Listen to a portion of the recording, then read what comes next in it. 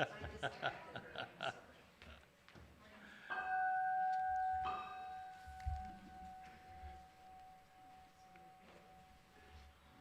good morning, and welcome to UUSRF, Unitarian Universalist Society of River Falls. My name's Don Leake, for those who don't know me, and we're happy to have Richard Terrill and Larry McDonough come and give their jazz music program on the music of resistance this year.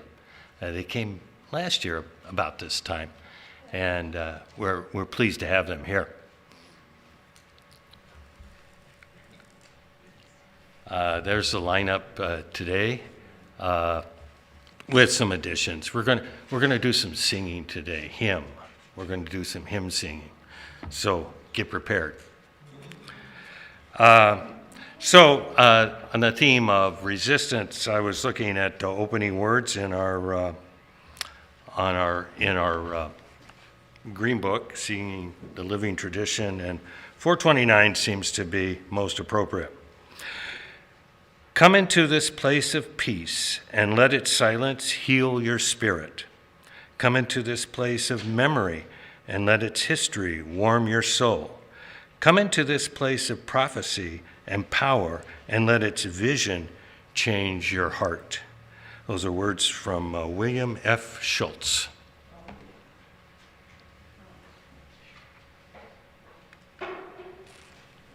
And yeah, Callan's ready. So let's recite this chalice lighting together while he lights it. To be a Unitarian Universalist means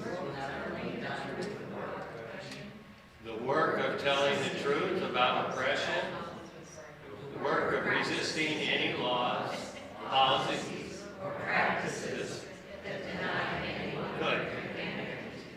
The work of stubbornly seeking out the spark of the divine in each other, no matter what. The work of creating heaven on earth. Oh, you did that so well in round. We'll do the hymn in round 2. No, just kidding. All right, that was a little confusing because the title and the opening line are about the same.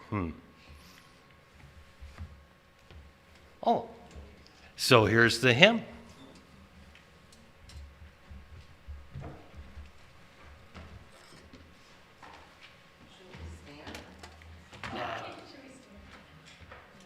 Yeah, why don't you stand? My music teacher always told me to stand up when I'm singing. I don't know if it did any good. Yeah. Well, I'll tell you a little bit about this before we do it. It's called Ellie's Theme. I was in a project. I have my youngest daughter has special needs. Some of you have met her over the years. Might be shocked to know that she's actually 32 now. And she and some of her friends were in a project where they would write melodies on a computer and by touching colors on a screen, and then my task was to write pieces based on it. And this girl, Ellie, gave me 4 notes, and that was it. Coaxing did not elicit a 5th note. And so I sat on this one for a while, and then it occurred to me if I could stretch that 4-note phrase one more note, and so make it 1, 2, 3, 4, 1, that it would disguise the fact that there are only 4 notes in this piece.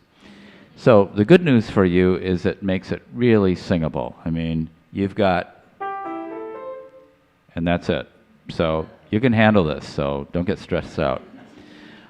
Then a few years later, Richard wrote some lyrics to it, and so it's become this hymn that we use Unitarian congregations. So what we'll do is play it once instrumentally so that you kind of hear how it goes. Then we'll have you sing the first verse, and then because we're jazzers and we can't leave anything alone, then we will noodle around a little bit, and then a couple times through, and then we'll bring you back in for the second verse. Okay, you game? All right, so this is Ellie's Theme.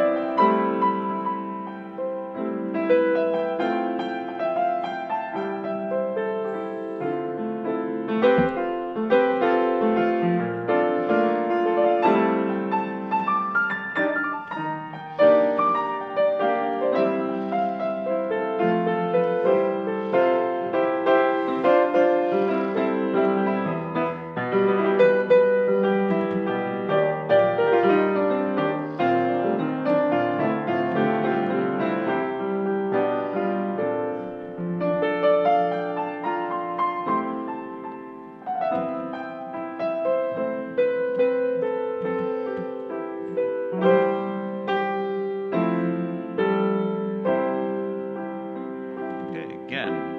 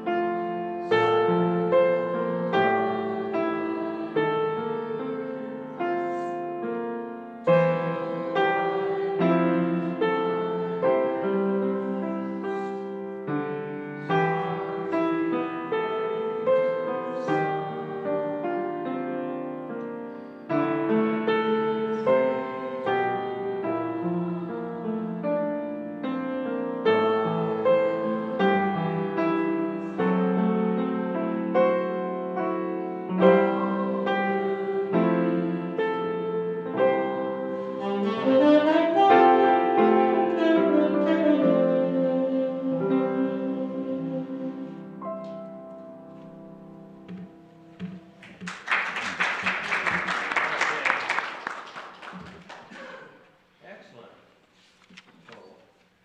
For first time singing a hymn in a long time. Now we greet another. Just take a couple of minutes and stand up again and introduce yourself to your neighbor.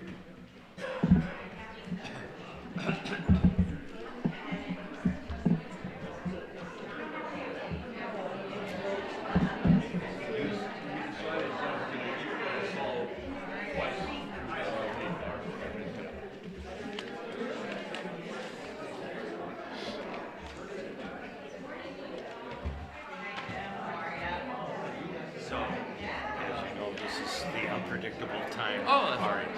I mean, I think most people keep it pretty short. I think we've got.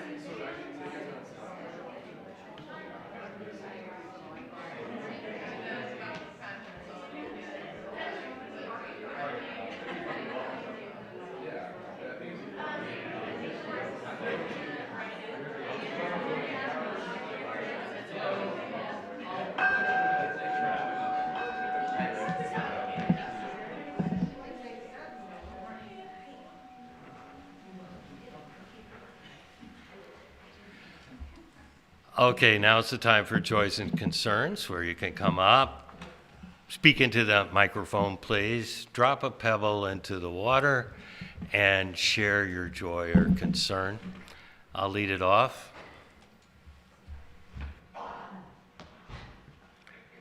Rummaging through some old records on this organization, and I found this thank you card that we sent out around 2015. These are, Anna knows. These are about 100 people right in front here. That's how large this society will be in the near future. So anyway, I think it's just great to see what we could be as far as numbers, but I'm fine with the numbers we have right now. So the official joy is for this society.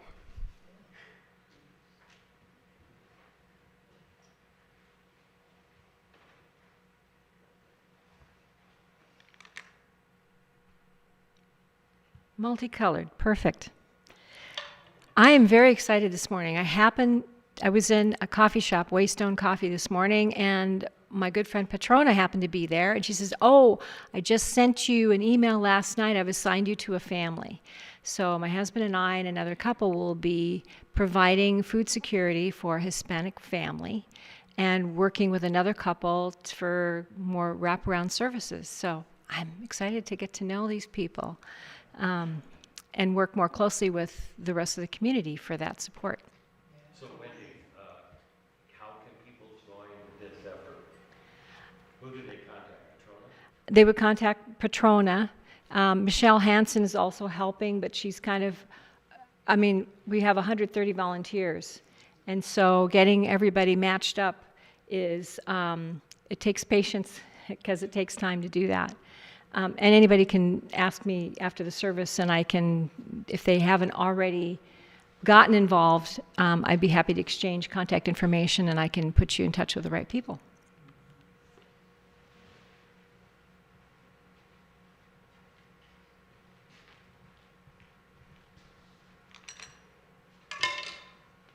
I would probably put 2 rocks, but I wasn't here last week because Irish Shrek musical, and the main story about it is to love who you are and let your freak flag fly, guys. And then Grandma came to join us today, so that's good.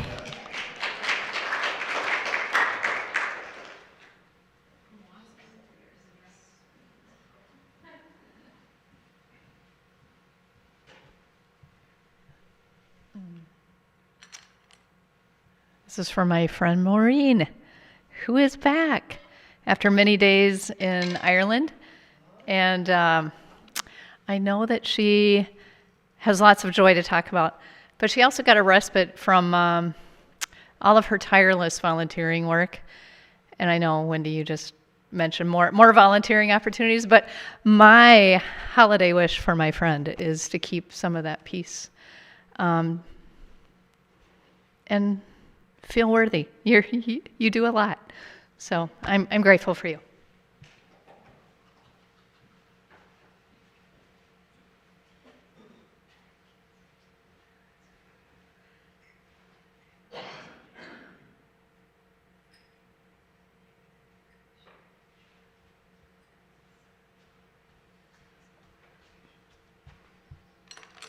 Okay, thank you for sharing your joys. Primarily, one more rock for the joys and concerns left unspoken, and I'd add one more. I'm hoping that peace process in Ukraine will be fruitful and just.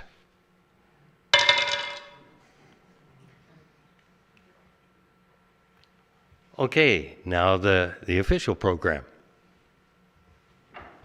Let me just give a brief introduction.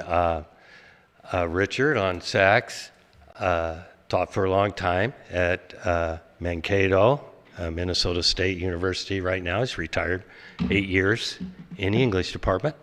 And Larry works in the Twin Cities as a lawyer for poorer people, right, Larry? Yep. He's been doing that for quite a while. So they're also great jazz musicians, as you've noticed. So take it away.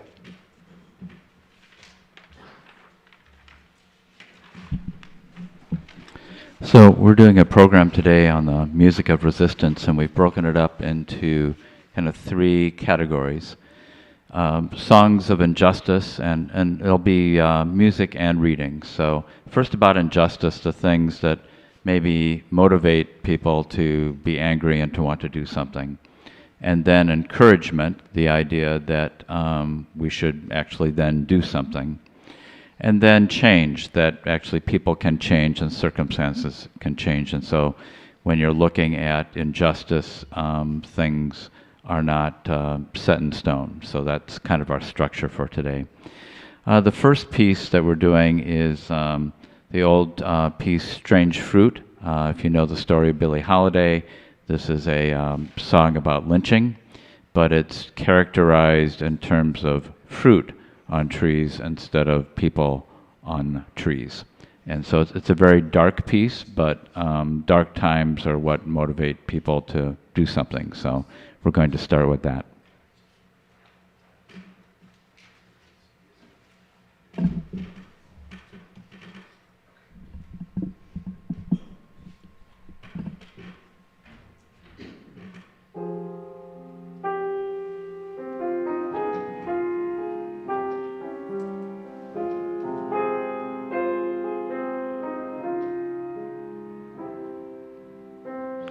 Southern trees bear a strange food, blood on the leaves and blood on the roots, black bodies swinging in the southern breeze, strange fruit hanging from the poplar tree.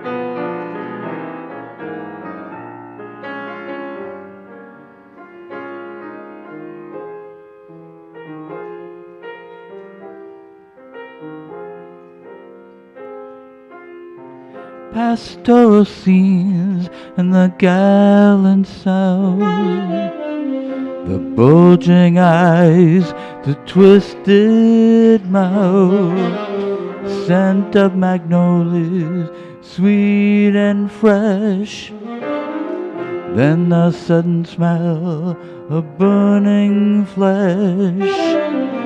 Here is the food for the crows to pluck, for the rain to gather and the wind to suck, for the sun to rise, for the trees to drop. Here's the strange and bitter cry.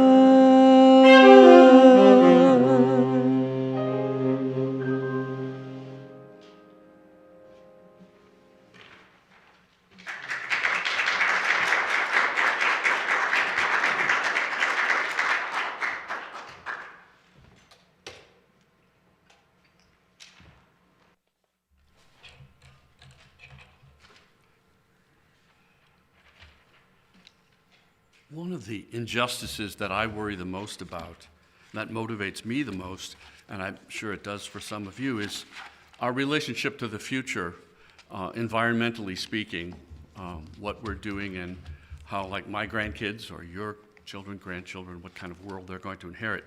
So this is a poem of mine from my book, What Falls Away Is Always, that addresses this anger and unease about the future. It's called Dear Future.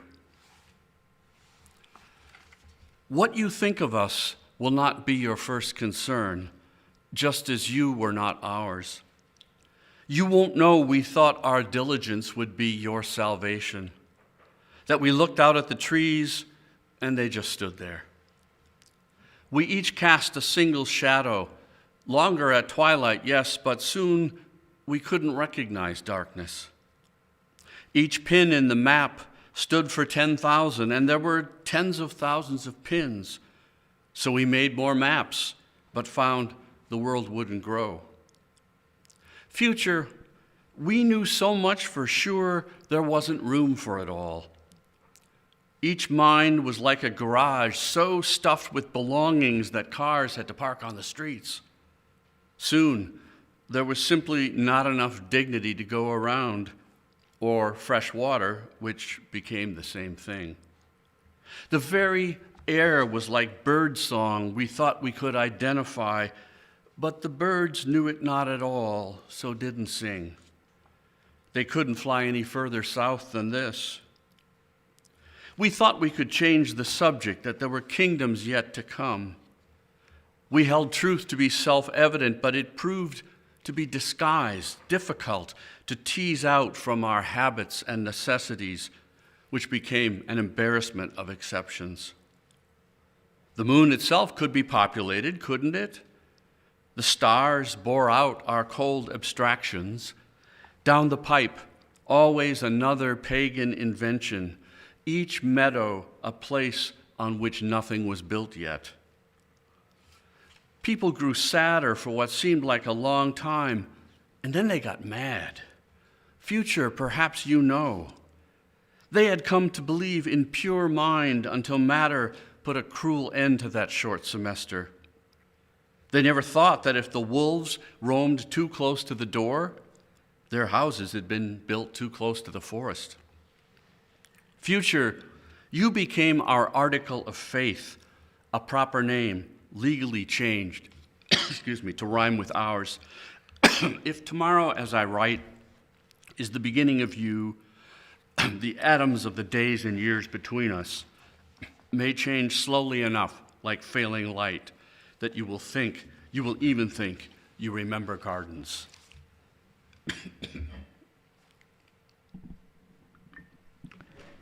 It's okay to clap after readings, you know. Sorry. I'm a lawyer, I know that.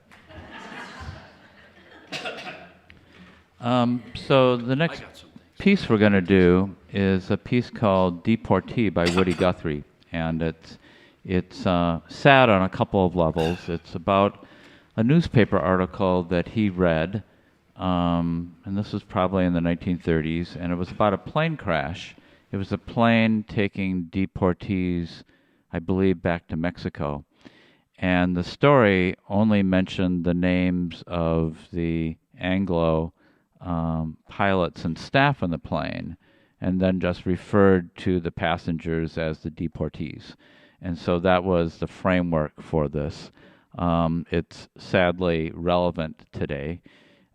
If you don't know much about the story of Woody Guthrie, he also wrote a tune based on the slum dwelling he rented from Donald Trump's father. So some things have been a little constant in this world. There always are bad people and bad things out there, and knowing about those things can motivate people to do something about it. So this is the Deportee. For those that you like to count along, I'm kind of an odd guy, and so this tune's in 7/4 time. So don't try to dance to it. It won't work.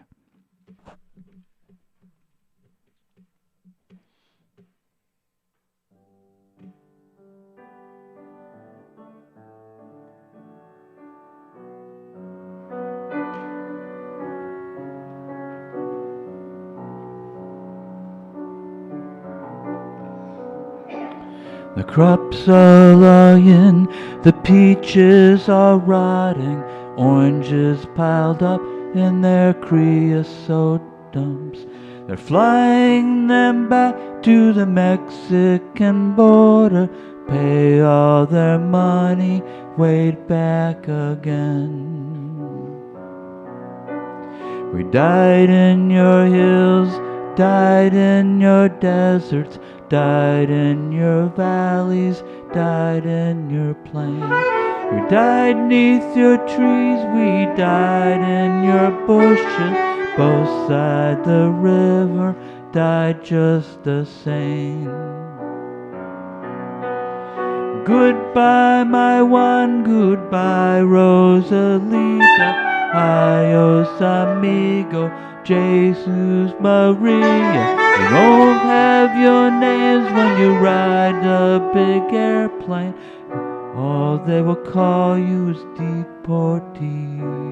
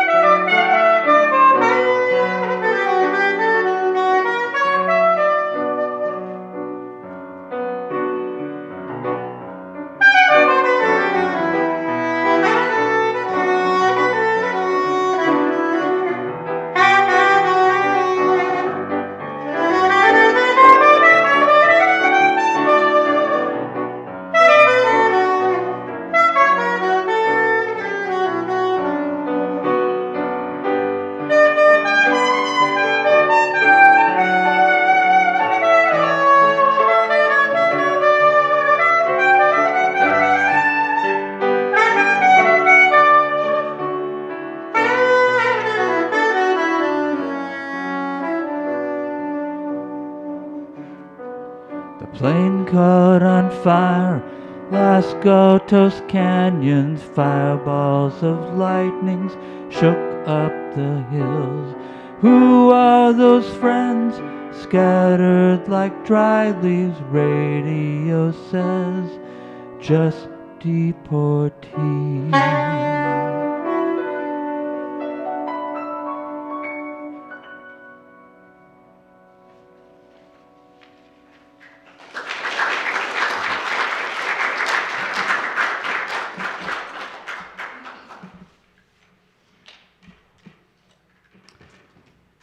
Ready for encouragement? Yeah. Those are dark, but it's important to see darkness to see, light on the horizon. So we're going to play the French national anthem, La Marseillaise, and or like Marseillaise, and I consider this a really uplifting piece, partially because it's presentation in the movie Casablanca, where in the bar the German occupiers are singing the German national anthem, and the French populace in the bar stand up, led by a resistance leader, and essentially out-sing the Nazis. And so the Nazis have to sit down, and the French finish out their national anthem. And so, so we're going to present that today, the French national anthem. And again, because I can't leave things alone, this is normally done in 4/4 time, and we'll do it more like kind of a French waltz.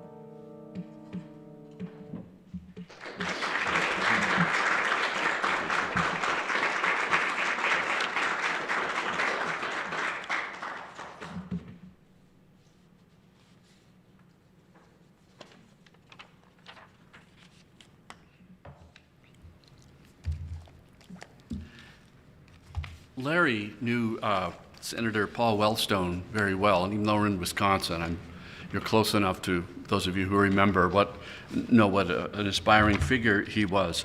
And I only heard him speak once, and it was in the time when, and some of you may remember this, the Dalai Lama came to Minneapolis. It was it must be over 20 years ago, I think. And it was one of those events where they had somebody introduce the person who would introduce the person who would introduce the person who would introduce the Dalai Lama, so you kept waiting around. We just wanted to hear him, you know. But Wellstone spoke, and it's the only time I heard him speak live, and it was quite inspiring. So this poem was about Paul Wellstone and the Dalai Lama. It's called Practice, Paul Wellstone. The mayor, local clergy, president of the U, they took turns introducing each other, and the Dalai Lama, who needed no introduction. It was bright summer on the street outside, an odd-numbered year. I thought the campaign hadn't started yet. Then came that choppy-armed gesture opponents put on tape loops in attack ads, the slight stoop and limp of MS, the apparent desire to levitate. He spoke as if there were a fire in the aisles and only he could see it, as if to move the boulder of discourse straight uphill, as if life in the moment need not mean just buying something, as if there were a passion that must be ours. Far from the site of his disappearance, traffic goes on a path of lives along I-94 into Wisconsin. Friday night in town, no one can get a table. In the exurbs, housewives load weekend groceries through the tailgates of giant cars.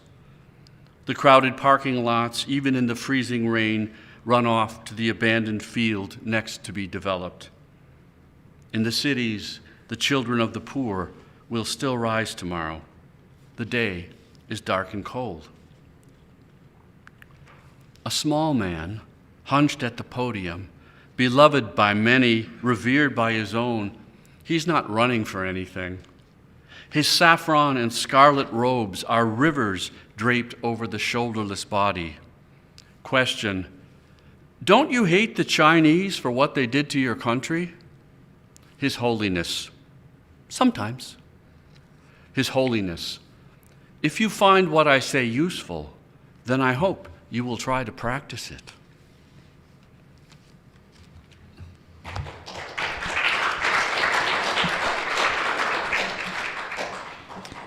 So the last time I saw Paul, and he and I were good friends, we met on a nonprofit board together and stayed in touch, and I would give him thoughts on housing policy, because that's kind of what my day job was, and a couple stories about him. One, when I would be in D.C., he'd invite me to have lunch in the Senate cafeteria, and we'd have lunch, and then we would go up, following his lead, to thank all the service people there. And he was the only senator who did that. So we were like the only two people up there. And it kind of got me into the practice of always thanking my servers. So last time I saw him, and it's a little bit of resistance going on here, he was at the state fair, and his campaign manager, who was an old friend of mine, said, Paul thought it'd be fun to have jazz at the campaign booth at the fair. And I was like, won't that scare people away? And he goes, no, he really wants to do it. Because I'd played music at his events and things. And so I set up a keyboard out there, and I'm playing, and the state fair cops didn't like it at all. And it could be they just didn't like Paul. But anyway, so at first, they're coming up and they say, if you're part of the campaign, you can only stay within certain distance of the booth. So you got to move your keyboard and amp over. And it's like, okay. So I move it over, and then they come over again and say, it's too loud. And I'm going, this is the state fair. And he said, we're getting complaints. From whom? Complaints. Okay. There's an old thing that the percussionists used to do in the Minnesota Orchestra. Strovacheski would say to the drummers, play softer, and they'd say okay, and they'd play the same. And are you playing softer? Oh yeah. So I pretended to change the knob and didn't. Kept on playing, and then they finally come up and say, this just isn't working. You have to stop. And I just started a tune, and can I finish the tune? Yeah. So I played probably a 20-minute version, like this, of All Blues, and they're steaming, and Paul's off in the distance, loving this little musical kind of civil disobedience resistance thing that was going on. So and then unfortunately he died in a plane crash, just a couple months later. But the next tune we're doing is a tune that I did at a number of his events, and he liked it a lot. It was on a recording of mine. Right after he died, I had a recording in the mix, and it turns out all the songs on it I'd done at his event, so then I released it. It's called Tuscarora. And so this is our version of We Shall Overcome.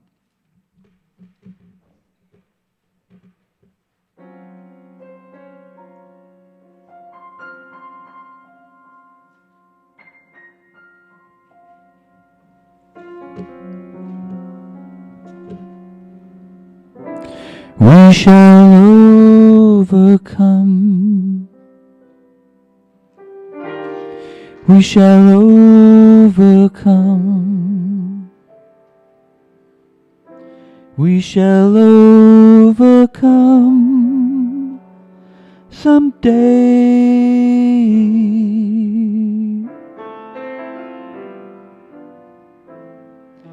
Deep in my heart,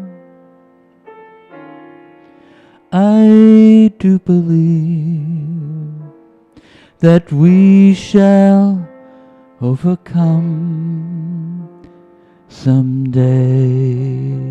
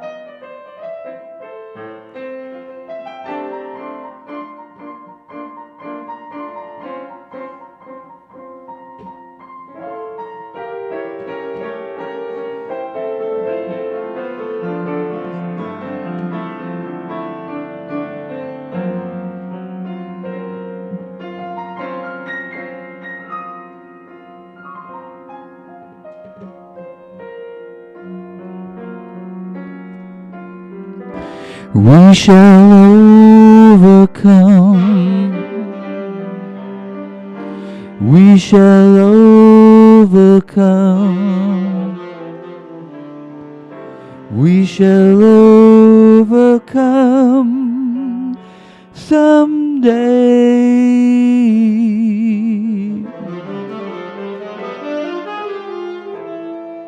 And deep in my heart, I do believe that we shall overcome someday.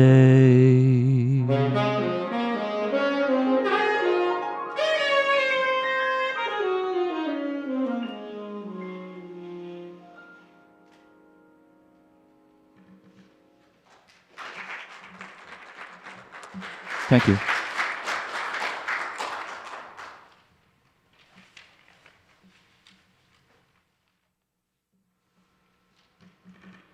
So next we're going to talk about change, the fact that things can change, people can change, events can be changed. This is a piece called Everything Must Change. I first heard it on a George Benson album in kind of the mid-'70s, and I think also Quincy Jones did an arrangement of it. It's about change.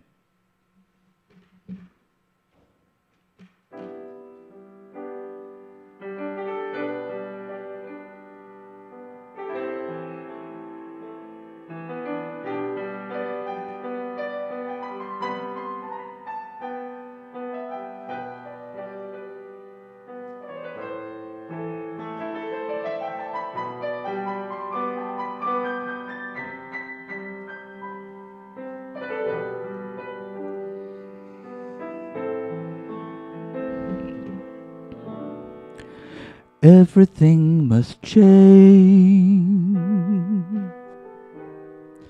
Nothing stays the same. Everyone must change. No one stays the same. The young become the old. Mysteries do unfold, 'cause that's the way of time. Nothing and no one goes unchanged. There are not many things in life you can be sure of, except rain comes from the clouds and the sun lights up the skies and hummingbirds do fly. Winter come to spring. Ooh, a wounded heart will heal, but never much too soon. Everything must change. The young become the old. Mysteries do unfold, 'cause that's the way of time. Nothing and no one goes unchanged. There are that many things in life you can be sure of. Who, except rain comes from the clouds and the sun lights up the sky and hummingbirds do fly.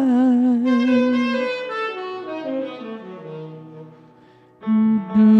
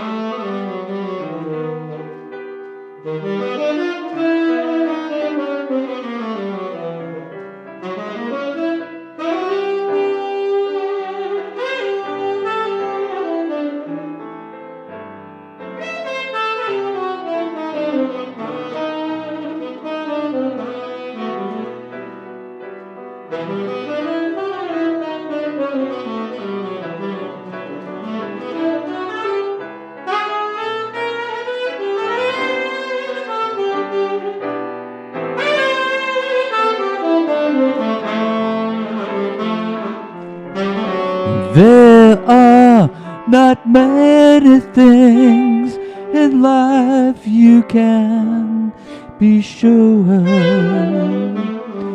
Who except rain comes from the clouds, the sun lights up the sky, and music makes me cry.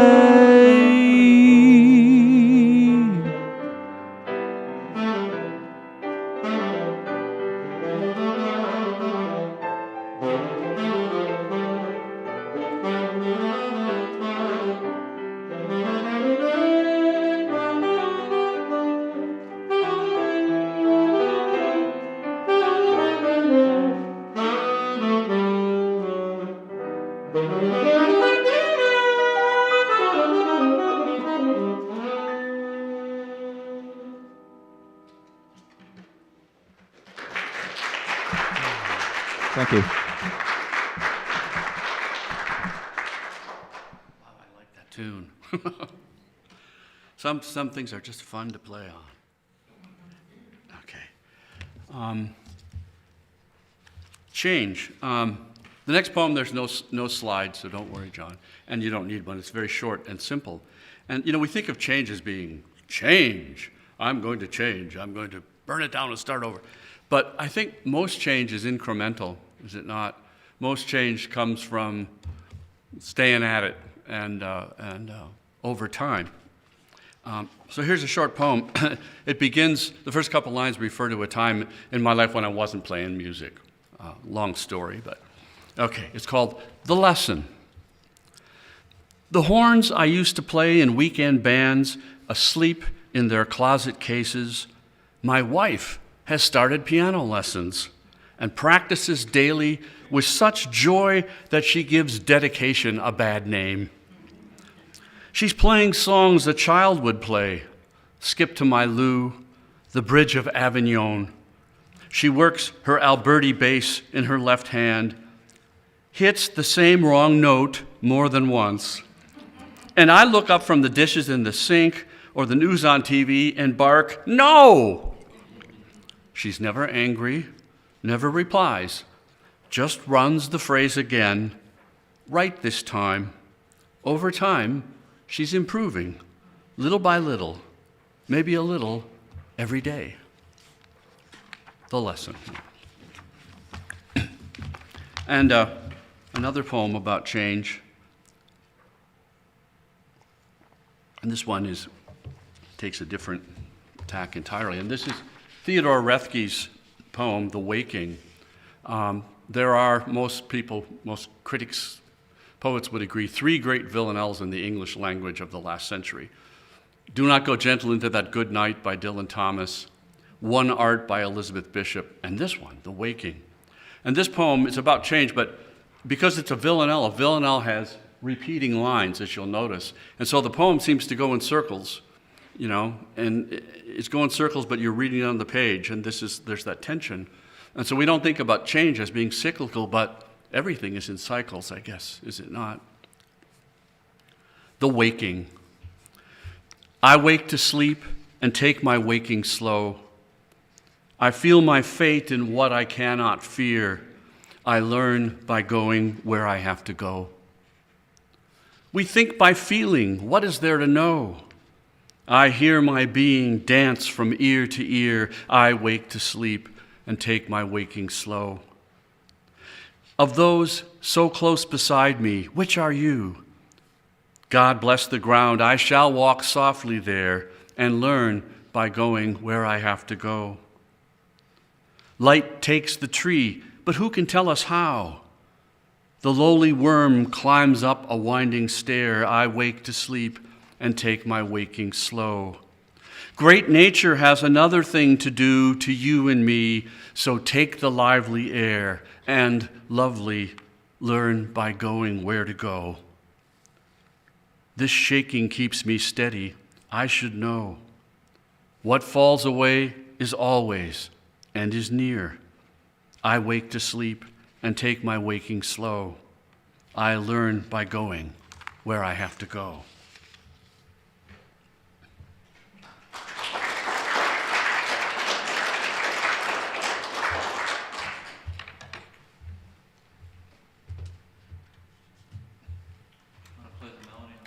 I think, sure, whatever you like. So the last piece we're going to do is Amazing Grace, and what I like about this one is the story behind the person who wrote the lyric. He'd been a slave trader, and when he found his form of religion, he then renounced it and then worked against slavery. And so he was in the thick of it and then opposed it. And so this is, we'll just do one verse of Amazing Grace, and then we'll noodle around. And once again, because I'm an odd guy, it's in 5/4 time.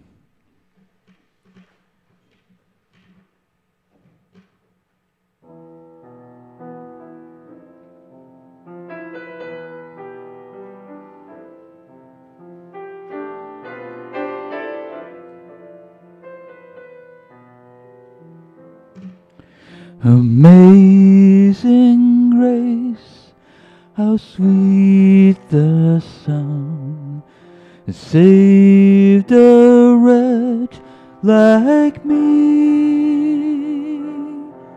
I once was lost, but now I'm found. Was blind, but I can see.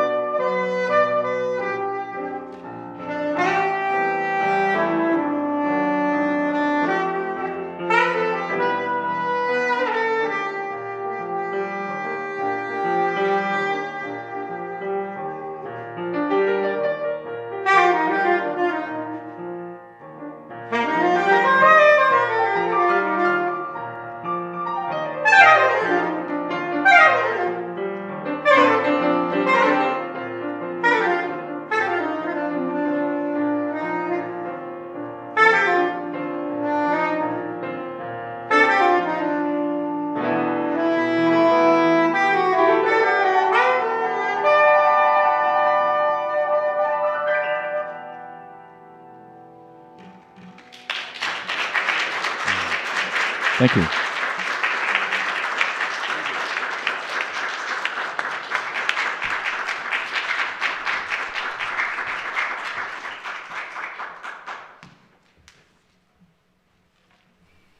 Thanks a bunch. That was great. Always fun to have these two come.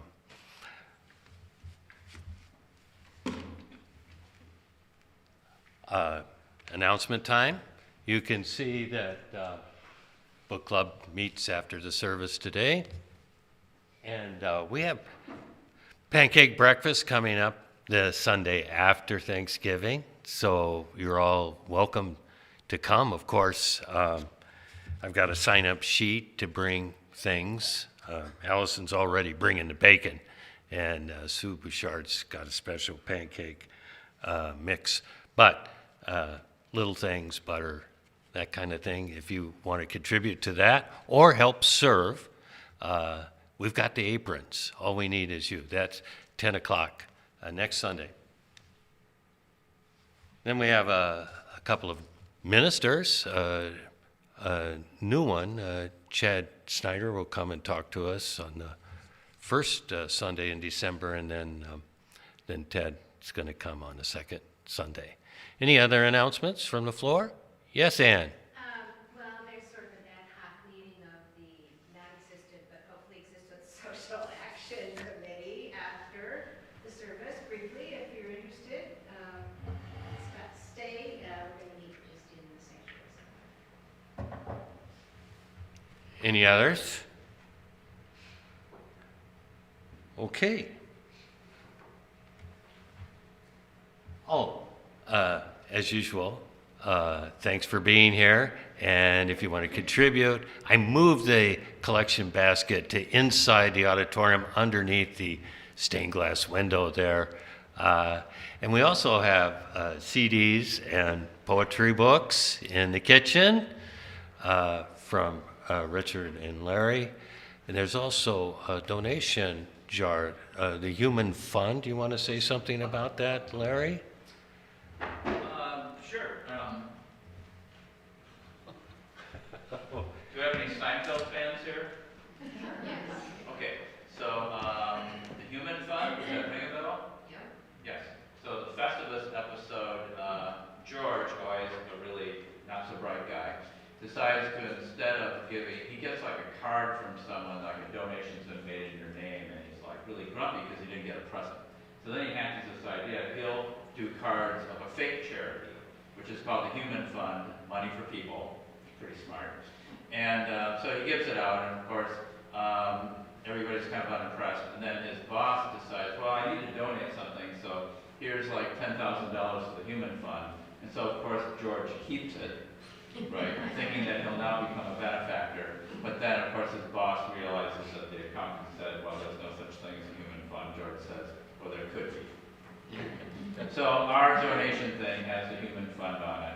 And as a small plug, we are doing a Festivus-themed show, kind of a weird holiday show at the Asper Cafe on December 21.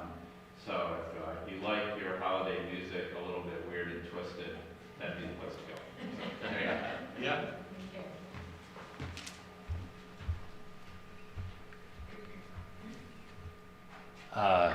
Coffee after the service, and thanks to Wendy DePeso for the treats. What kind of bread is that, Wendy? Green apple nut bread. I mean, green tomato nut bread and some little oranges. Sounds interesting. You're going to have to taste it. Thank you. And as our custom is, let's all rise, join hands, say the closing words on the wall. We form a circle here. Read them. Sir, one touchy feet. Yeah, I remember this. I like these words. All right. Wait.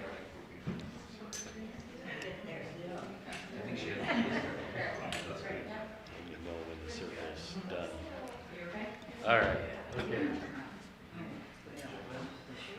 Go out into the world in peace. Have courage. Question